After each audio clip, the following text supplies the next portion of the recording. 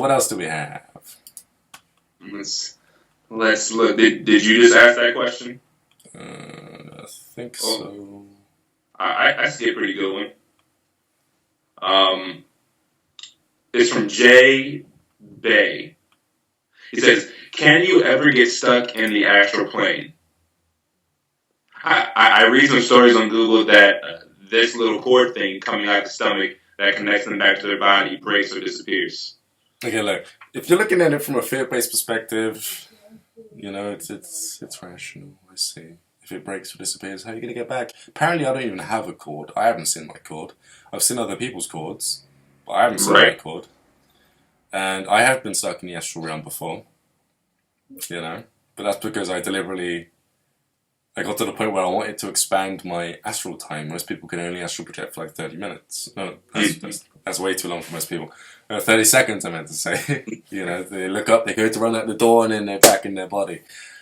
But I discovered how to astral project for days on end, and then weeks on end in the astral realm, right? So I'm at this hospital, and I lay down, and I speed up time, and I watch everyone in the hospital move around really quickly, and then it's dawn again, I get up. I feel kind of rested, but I was still aware the entire time. That's one day gone, and one night gone. I then walk around, I start following these dead people, you know, cliche in the hospital, blah, blah, blah. And I wanted to come back. After 5 days of astral projecting, I wanted to come back to 3D. And I went, okay. Nothing. I was still in the hospital. Oh my God. I was like, oh crap. I started remembering all the people saying, oh, you can get stuck and you're never coming back. And I was like, what if I don't come back? I was like, nah, I'm going to come back.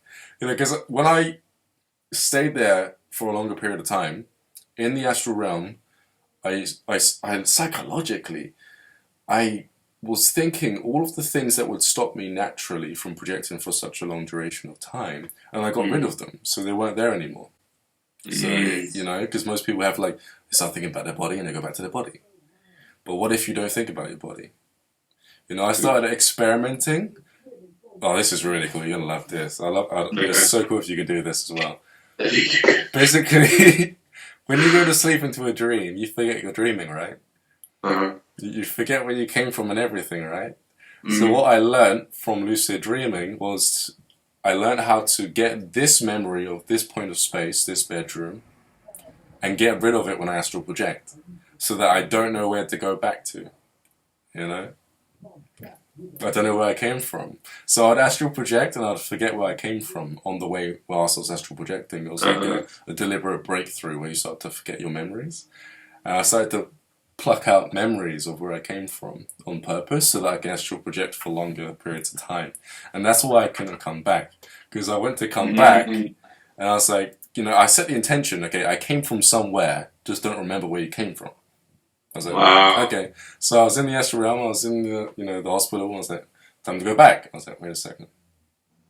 Go back to where? And I was like, okay, just close my eyes, go back. Nothing happened. Oh, I can see how that can happen. I can so see how that can happen. About 4 times. And even when I did get back, I was in another dimension besides my bed. I wasn't even in 3D. So I had to jump through 4 different dimensions before I even got back to 3D. You know? Wow. That's so funny, man. I still do it though, it's still fun. You know, but you gotta watch out with that. You learn that through ego deaths, through breakthroughs from DMT experiences. You have to watch out, because if you keep doing it, if you keep making a meditation out of it, you'll lose your grammar. You'll forget how to speak. It made it hard for me to make videos because I forgot things. You know, I was completely ungrounded. Wow. And you know, it's funny that you do forget things, because remember I told you I was, you know, that last experience I just told you about where I was, you know, I saw the 4 other me's. Well, after I was older, I woke up and I had no idea where I was at. I had no idea. I woke up and I was I was literally expecting somebody to pop up and tell me what just happened. I was at first, I had no idea I was in Iowa. I had no idea I moved. I had no idea where home was. All I knew was just I am, and what was what just happened. You know, that's only thing that was in my mind. So it was I forgot. My mind was blank. And the only thing I really like was Thinking about was like, okay, somebody explain to me what just happened. somebody please.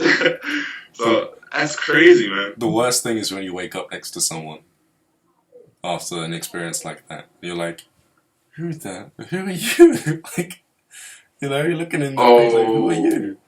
That was terrible. But it doesn't last very long. Yeah. That's funny.